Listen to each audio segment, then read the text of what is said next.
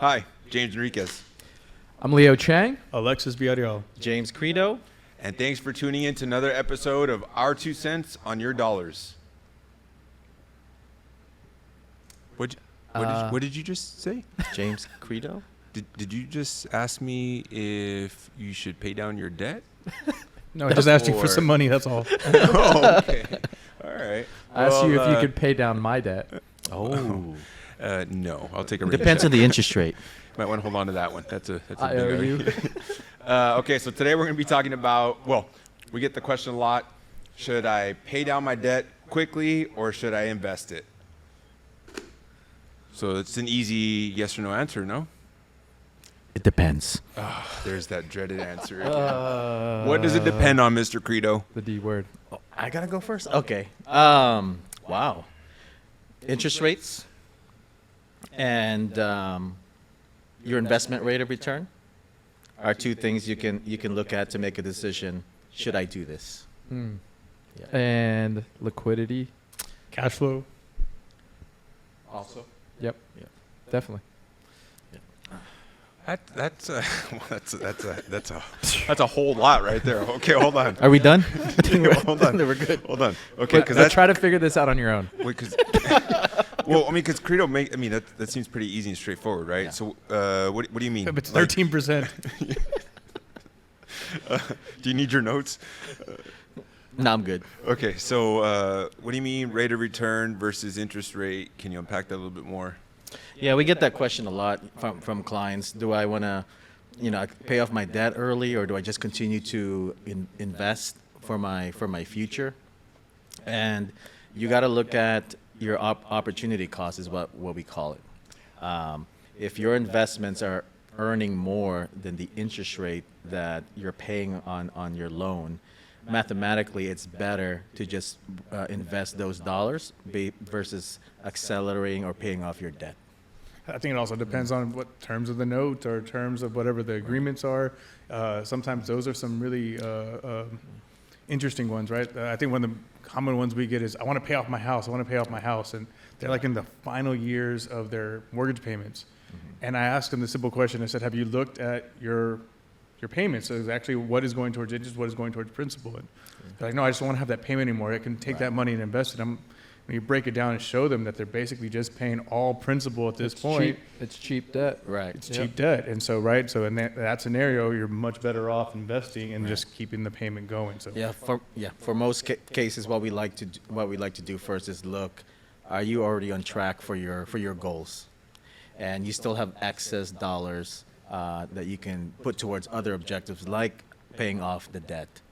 So in some cases, if we see that it is better off to just invest those dollars because of the rate of return that you've been earning, but you're already on track, if not ahead, that may be a situation where you agree, the client tells you, James, I understand what you're saying, that it's better for me to invest those dollars, but I just really want to get that debt off my head. It bothers me. I don't like having debt.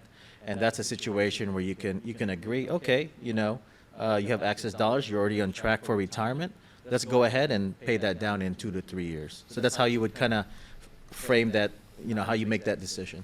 are they coming across like a big chunk of money for some reason or another, inheritance, and they want to make a $70,000 payments, and you ask them, when was the last time you ever paid off $70,000 in debt in 1 month? Well, I've never done that before. Okay, we're going to start doing that now. Let's go through this process and see if that's the best thing for you to do, right? So people sometimes just emotionally want to do things, and you just kind of have to slow them down a bit and make sure that that is right or wrong. Yeah, not all debt is bad. I'm a strong believer in that. If you look at individuals that have created real wealth over time, they have a significant amount of debt. They're leveraging and utilizing debt as a benefit to be able to create and generate wealth over time. Mm-hmm. So it's understanding how to do that, how to leverage it appropriately, in the interest rate environment, right? Man, you asked this question to me 5 years ago, 4 years ago, right? We're in the historical low interest rate environments. So to pay off, any note or any type of line of credit or debt at that point in time, didn't make a lot of sense because you're paying nothing really. And Are not even capturing some of those options, right? Because there were so many opportunities during that time frame, right? That if you were a borrower, right, which is what a lot of these questions are based around, you could have taken advantage of some really unique opportunities, right? If you knew what to go looking for, right? We talked about home equity line of credits because the interest rates were so low, refinancing their homes, refinancing their vehicles. And using margin. Using margin. And so there was all these options available to clients, and some people did a lot of activity and some people did nothing. And you had a small little window to take advantage of these. Yeah, we should back up and give a little context. So this came about because a few years ago when we were asked this question and interest rates were at zero, literally, it was a lot easier to answer. Yeah. Okay, yeah, I'm getting 7-8% per year on my investments. I'm paying 2.5% on my mortgage. Yeah, I'd rather get that 8% than pay down the 2.5% quickly. Now, as of the filming of this podcast, interest rates are considerably higher. So if you're paying over 6% on a 30-year mortgage, does that change the calculus a little bit? It can, right? Because at the end of the day, your investments aren't guaranteed, right? So I tell clients, really, if there is a level of comfort when you do not have a mortgage payment, and we can completely understand that. Also, too, there's some individuals who itemize their tax returns, so they depend on that the tax benefit from the interest that they pay on that mortgage debt as well. So in a circumstance like this, that definitely makes the decision a lot more difficult, because there is no guarantee when it comes to the investment. Now we have a sensible, relative mean as far as what probability will be over time with the investment, but even if it is that 7-8%, that marginal difference, to me necessarily isn't worth the same value as it was, a couple of years ago when interest rates were so low. Yeah, and if you're a business owner, the lifeblood of any business is cash flow. Right. And you're using, going back to what you were saying, that not all debt is bad debt. Sometimes you're getting that debt to make a significant investment in your business that will have significant returns in the next few years. Yeah. But you still need the cash flow, to stay in business, pay your bills. And so making those accelerated payments is sometimes not the best thing to do. Maybe there's also a shortage of liquidity, right? And so it might not make a lot of sense to be paying off things if it's going to make you cash poor. And so looking at each individual circumstances as far as what do they have, what are they trying to do, you can phrase it in such a way to where you can tackle down the debt if that's something that's really important to them, and just kind of create a plan for them to realize that they don't have to do it today, right this second, that they can build it out over a course of time to where it won't put a stress on them. Because a lot of times they might have the current cash flow for it, but they might have fluctuating incomes, or they might have circumstances down the road that they're not sure of what their expenses are going to be. And so, I think taking all those little contexts into consideration is what bases our decision. Yeah. I was going to say, don't get me wrong, there is bad debt, by the way. there Credit card debt, variable debt. There's a ton of bad debt. Well, what are some of those? Yeah, I mean, Loan sharks. Credit card debt, payday loans are literally the worst thing possible. I mean, personal loans, interest rates are significantly higher right now too. Anything where your APR is, double digits and above, that stuff you want to pay off. Those are things that we start tackling planning and cash flow strategies and trying to maximize cash flow. Those are things that we look at and address off the bat, because you can't carry that over time. It's not feasible. So you saying music to my ears a little earlier. You mentioned the T word. You mentioned taxes. Yeah. So right now is 2024. Tax Cuts and Jobs Act is expiring at the end of 2025. So in 2026, we're going to be back to the lower standard deduction, meaning more people are going to itemize, meaning more people will be benefiting from their mortgage interest. Yep. Right. How does that play into the calculus of whether or not I should accelerate my debt payoff? Yeah, I mean, it still comes down to the basics. You're still having to look at your cash flow. Do you have an emergency fund?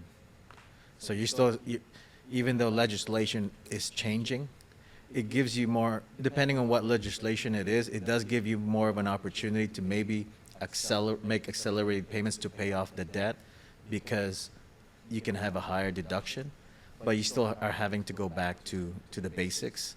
And luckily, there is now tax planning software that you can actually make a comparison based on your current situation. And if legislation changes, is there a benefit to making those accelerated payments? You know, I've never noticed this, but you're a really good NFL head coach. Wow. Post game, very very diplomatic. So diplomatic. I love it. So diplomatic. Okay. There's a, Hold on. I'm not gonna let him off the hook. no, you let him off the hook. Exactly. Thank you for catching They me. are who they thought they were. Okay, okay, you're right. We should look at cash flow. Yeah. If I'm watching this, should I consider the net after tax implications when trying to determine if I should assume I have Everything. everything else checked off.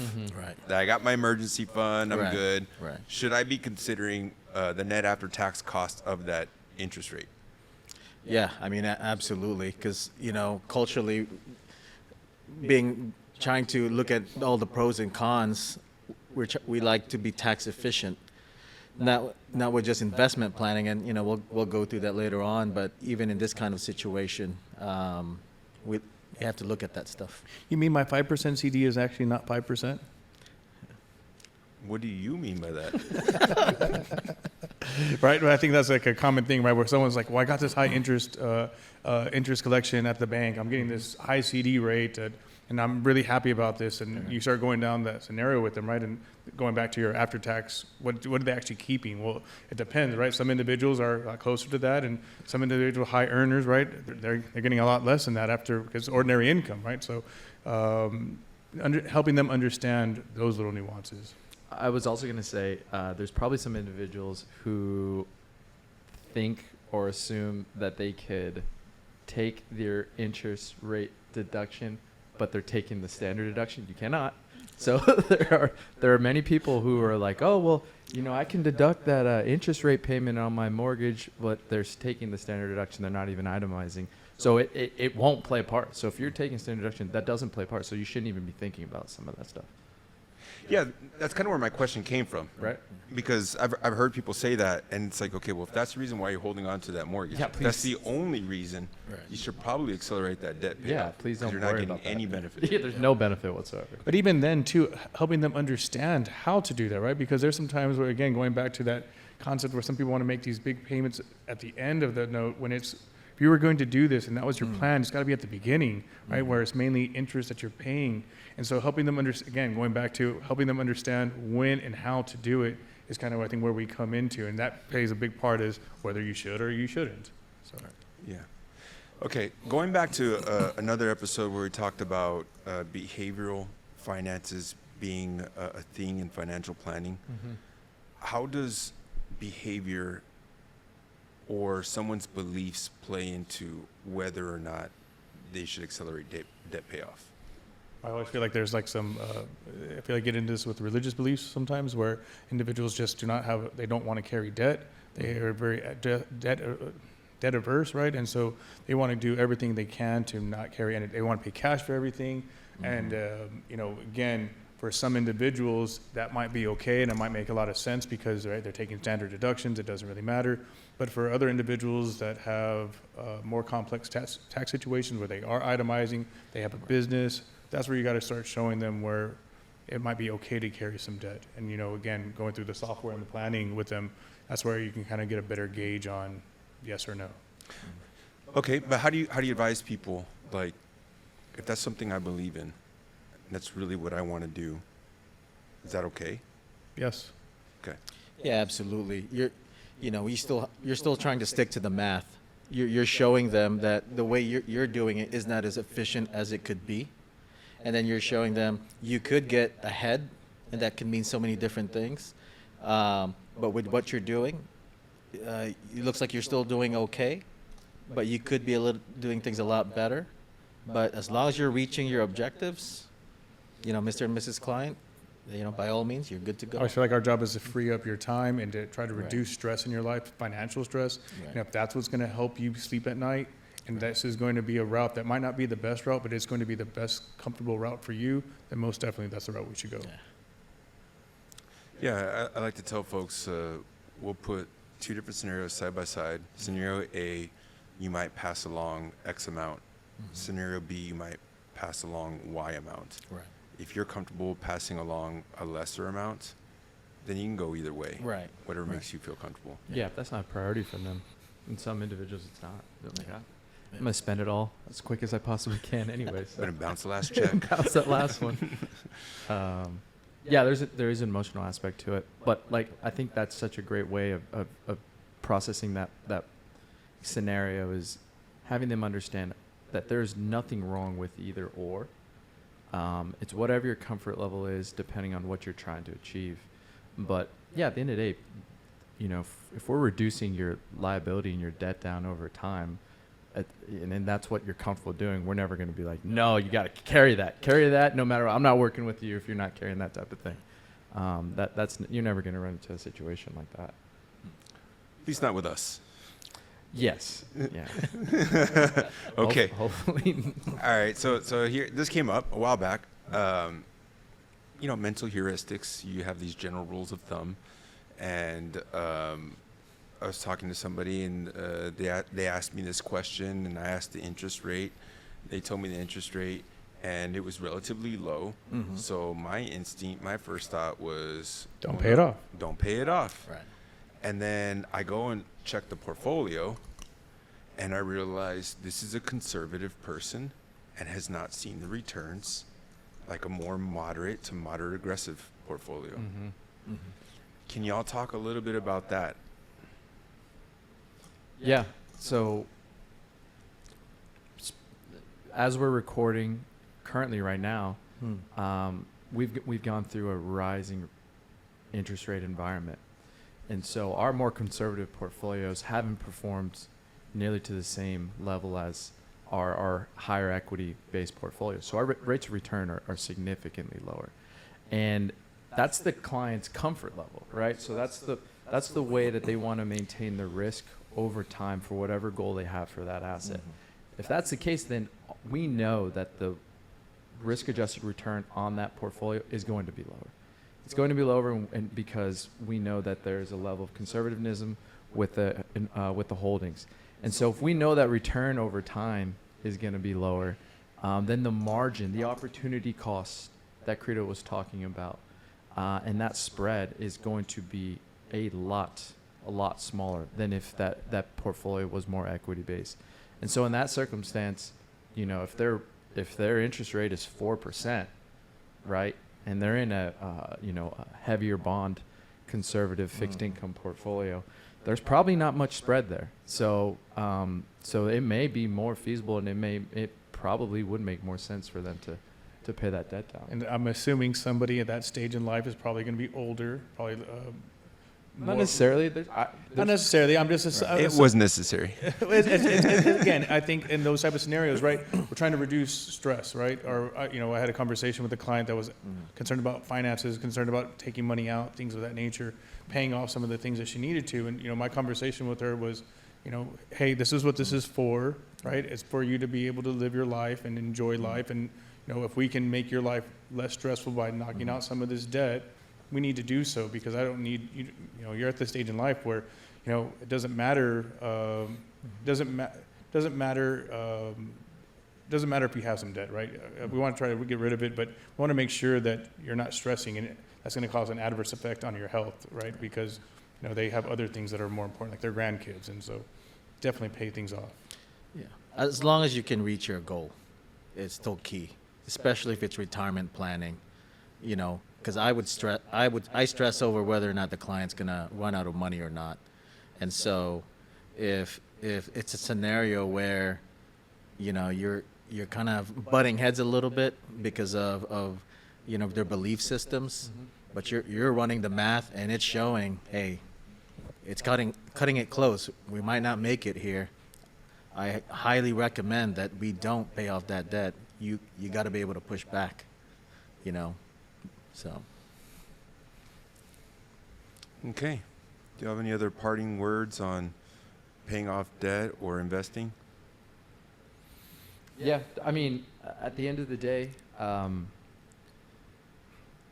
take the time to understand all the contributing factors, right? Don't just look at, you know, one variable and another variable and say, well, this makes sense. Like we said, I mean, take the time to understand your cash flow, understand liquidity, understand the terms of the interest payments, understand, you know, how the investment is returning, what the liquidity there is, right? So have a very holistic approach when making that determination and that decision. And don't be afraid to ask for help, right? Don't feel like you have to make those decisions on your own, because there are multiple things that you're probably not taking into account when you're making that That's decision. what I was going to say, is make sure you lay out all the cards on the table and you know all the options that are available to you. You know, sometimes it's real easy to be, you know, tunnel focused and just be like, well, this is the easy thing to grab. Well, yeah, the easy thing might not always be the best way to going about it. And so, again, you know, take the time, either do it yourself or hire somebody to help you know what options are out there for you. Okay. Thanks for tuning in to another episode of Our 2 Cents on Your Dollars. We hope you found these tips useful and insightful. If you're looking for more videos just like this, like and subscribe right here. Please watch us on the next one. We look forward to seeing you next time. The opinions voiced in this podcast are for general information only and are not intended to provide specific advice or recommendations for any individual. To determine which strategies or investments may be suitable for you, consult the appropriate qualified professional prior to making a decision. There is no assurance that the techniques and strategies discussed are suitable for all investors or will yield positive outcomes. The purchase of certain securities may be required to effect some of the strategies. Investing involves risks, including possible loss of principal.